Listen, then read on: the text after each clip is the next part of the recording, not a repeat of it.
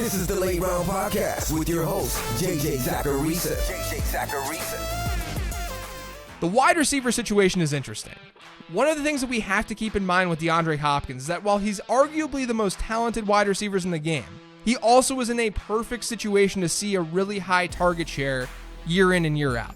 Since 2011, we've seen 19 wide receiver seasons where the wideout saw a 30% target share or better. DeAndre Hopkins owns 3 of those seasons, and his lowest target share since his rookie year was at 26%.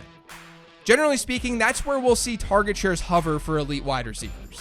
The really good wideouts will always see a ton of targets, but when we're talking tons and tons of targets, like top-tier target shares, it's usually because of a lack of competition.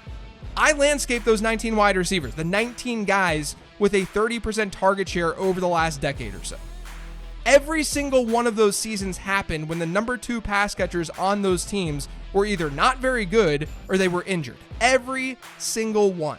I mean, this is why we saw the splits that we did last year with DeAndre Hopkins when Will Fuller was healthy. His target share dropped by over 5 percentage points with a healthy Will Fuller. It didn't fall in the range that made him not elite. It just fell to a range where he wasn't seeing a top target share, like the best target share in the league. So now you insert him on the Arizona Cardinals, where you've got Larry Fitzgerald, you've got Christian Kirk, you've got Kenyon Drake out of the backfield.